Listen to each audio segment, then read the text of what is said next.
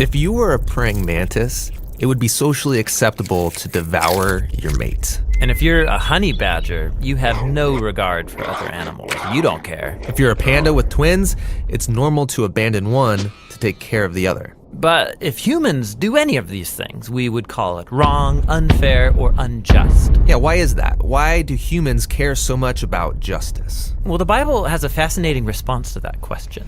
On page 1, humans are set apart from all other creatures as the image of God. Yeah, God's representatives who rule the world by his definition of good and evil. And this identity, it's the bedrock of the Bible's view of justice. All humans are equal before God and have the right to be treated with dignity and fairness no matter who you are. And that would be nice if we all did that. But we know how the world really works.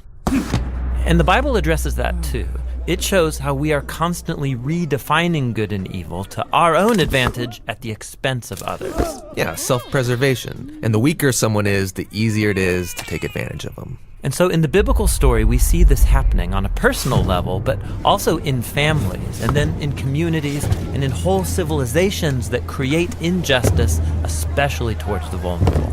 But the story doesn't end there. Out of this whole mess, God chose a man named Abraham to start a new kind of family. Specifically, Abraham was to teach his family to keep the way of the Lord by doing righteousness and justice. Yeah, doing righteousness, that's a Bible word I don't really use, but what comes to mind is being a good person. But what does that even mean, being good? The biblical Hebrew word for righteousness is tzedakah, and it's more specific.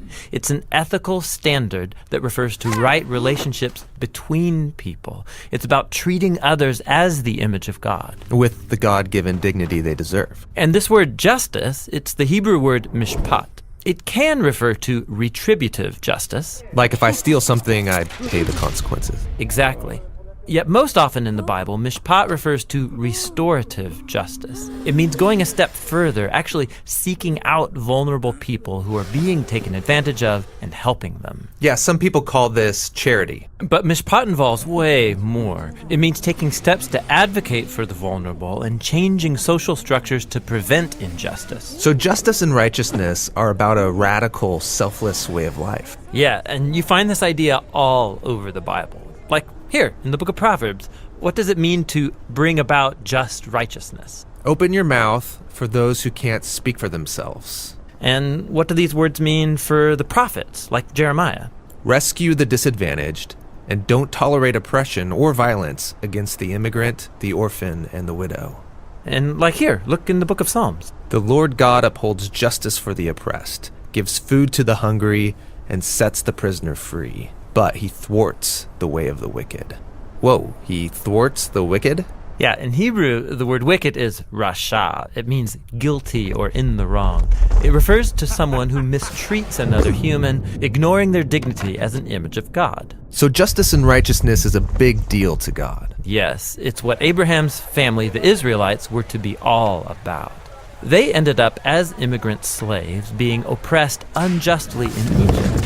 And so God confronted Egypt's evil, declaring them to be rasha, guilty of injustice. And so he rescued Israel. But the tragic irony of the Old Testament story is that these redeemed people went on to commit the same acts of injustice against the vulnerable. And so God sent prophets who declared Israel guilty. But they weren't the only ones. There's injustice everywhere. Yeah, some people actively perpetrate injustice. Others receive benefits or privileges from unjust social structures they take for granted. And sadly, history has shown that when the oppressed gain power, they often become oppressors themselves. So we all participate in injustice, actively or passively, even unintentionally. We're all the guilty ones. And so this is the surprising message of the biblical story. God's response to humanity's legacy of injustice is to give us a gift, the life of Jesus. He did righteousness and justice, and yet he died on behalf of the guilty.